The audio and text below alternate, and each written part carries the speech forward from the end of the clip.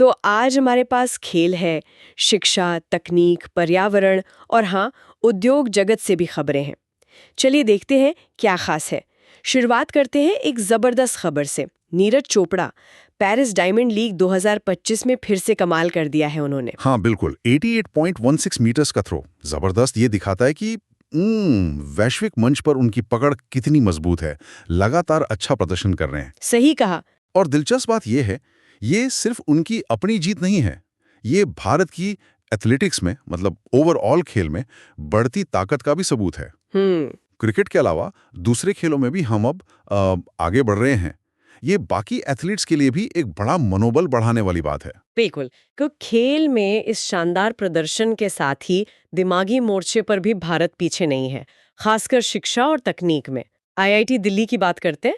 QS world university rankings 2026 आई है और उसमें आईआईटी दिल्ली भारत का सबसे बेहतरीन संस्थान बना है। जी हाँ, और ये रैंकिंग्स काफी मायने रखती हैं। ये दुनिया भर के विश्वविद्यालयों को उनके एकेडमिक स्तर, रिसर्च, प्रतिष्ठा, इन सब पैमानों पर परखती हैं। अच्छा, तो आईआईटी दिल्ली की वैश्विक पहचान और मजबूत हुई इससे।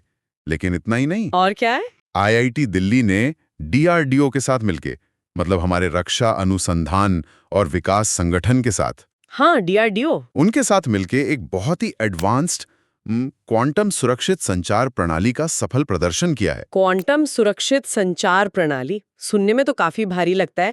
आसान शब्दों में इसका क्या मतलब है? देखिए, सोचिए, ये एक ऐसी तकनीक है जो संदेशों को इस तरह से इनक्रिप्ट करती है, मतलब उन पर ऐसा ताला लगाती है ओके। कि उन्हें हैक करना या बीच में पढ़ लेना लगभग लगभग नामुमकिन हो जाता है। क्वांटम फिजिक्स के सिद्धांतों पर आधारित है ये। अरे वाह। और आईआईटी दिल्ली डीआरडीओ की टीम ने 1 किलोमीटर तक इस सुरक्षित की को, मतलब जो कोड होता है, उसे भेजने में कामयाबी हासिल की है। 1 किलोमीटर तक? हाँ, ये भविष्य की अभेद्य संचार व्यवस्था की तरफ एक बहुत बड़ा कदम है। खासकर रक्षा और जरूरी सेवाओं के लिए तो ये बहुत ही अहम है। वाह, ये तो वाकई भविष्य की तकनीक लग रही है।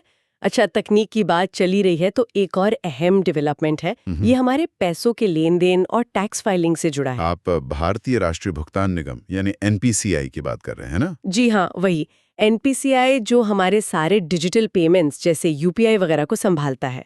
उन्होंने आयकर ई फाइलिंग पोर्टल के लिए पैन और बैंक खातों को तुरंत वेरीफाई करने के लिए एक एपीआई आधारित प्रणाली शुरू की है। अच्छा, एपीआई मतलब एप्लीकेशन प्रोग्रामिंग इंटरफेस। हाँ, सीधे शब्दों में कहें तो ये एक तरह का डिजिटल पुल है। ये आयकर विभाग के पोर्टल को सीधे और तुरंत बैंक और पैन के डेटाबेस से जोड़ देता है।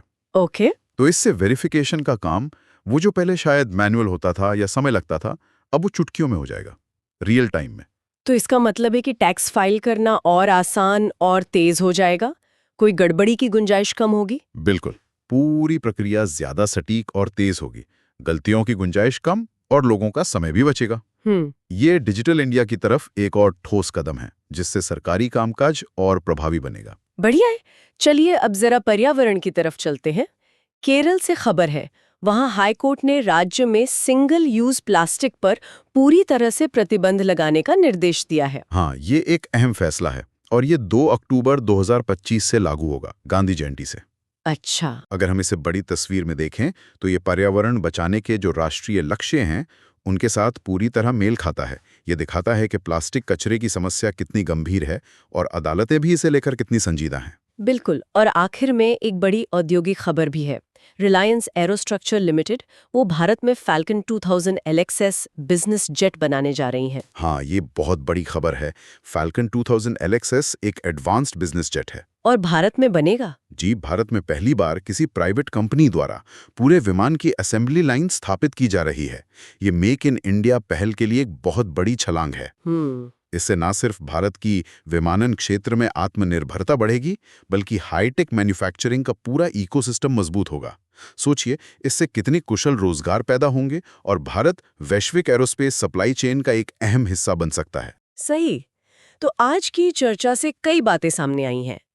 खेल में दुनिया पर दबदबा, शिक्षा और रिसर्च में आगे बढ़ते कदम, हाँ, टैक्स प्रणाली में सुधार पर्यावरण बचाने के लिए ठोस फैसले, और हाईटेक मैन्युफैक्चरिंग में आत्मनिर्भरता की ओर एक बड़ा कदम। काफी कुछ हो रहा है। सही कहा। ये अलग-अलग खबरें जो लग रही हैं, असल में कहीं ना कहीं एक ही दिशा की ओर इशारा कर रही हैं। किस दिशा में? भारत नवाचार पर, स्थिरता पर, आत्मनिर्भरता पर और वैश्विक स्तर पर प्रतिस्पर्धा करने पर जोर दे रहा है। ये दिखाता है कि देश कई मोर्चों पर एक साथ आगे बढ़ने की कोशिश कर रहा है। बिल्कुल।